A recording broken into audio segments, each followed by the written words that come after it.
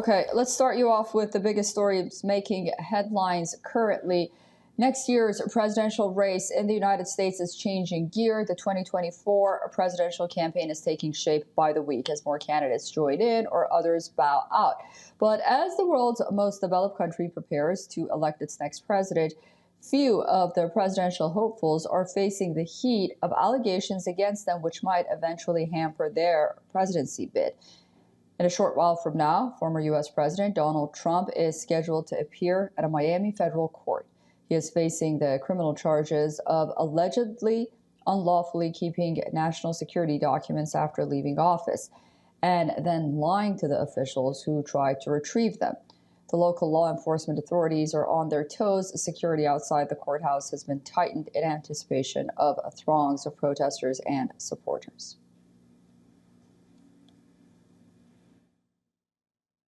We are working very closely with our federal, state, and local partners to make sure that we have a comprehensive approach. We're bringing enough resources to handle crowd anywhere from 5,000 to 50,000.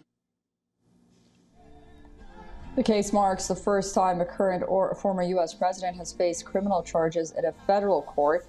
Adding to the drama, Trump was scrambling to find a qualified Florida lawyer willing to join his defense team, according to reports.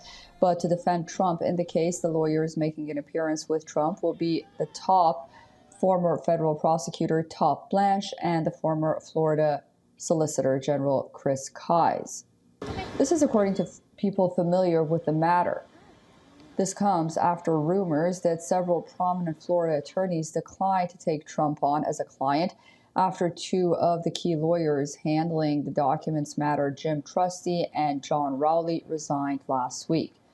Trusty and Rowley's departure was sudden and unexpected, but the 11th hour flurry of action to hire a seasoned trial attorney was a familiar dance for Donald Trump.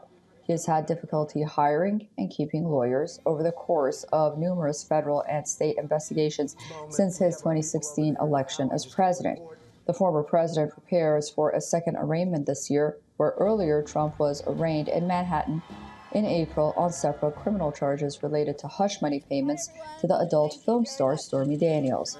His Democratic challenger for the White House, the incumbent President Joe Biden, is also heading for some legal troubles himself. According to reports, President Joe Biden was allegedly paid $5 million by an executive of the Ukrainian natural gas firm Burisma Holdings. The matter now resonated on the floor of the Senate. Iowa Republican Senator Chuck Grassley says that FBI's alleged disinterest in the Biden primary allegation contrasts sharply with its treatment of former President Donald Trump. Okay, for more on this, we are being joined by Stephen Golub from Philadelphia. He is a lawyer and a political analyst. Stephen, welcome back to WION, and thank you so much for joining us. What can we expect from today's hearing? From what we know, an indictment is a one-side argument. Is anything major going to happen today, or is this just procedural, as Donald Trump's lawyers have indicated, as they get ready to go into the courtroom? Well, Donald Trump's lawyers are wrong and right. They're right in the sense that, yes, this is a normal procedure. Someone's been arrested for an alleged crime. They're being processed.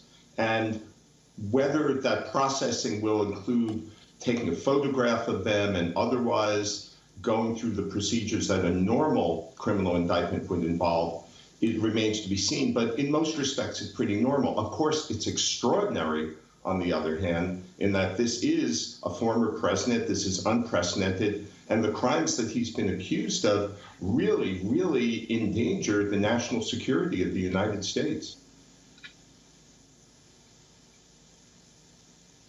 And I'd like to talk to you about this recent report about Chuck Grassley. He was on the Senate floor yesterday in the afternoon, and he said that the FBI documents that he'd seen basically detailed unverified claims of a confidential source revealing that this high-ranking foreign official has recordings, and many of them, almost a dozen of them, not only between Hunter Biden and the foreign source, but also then Vice President Joe Biden as well. What do you make of this revelation?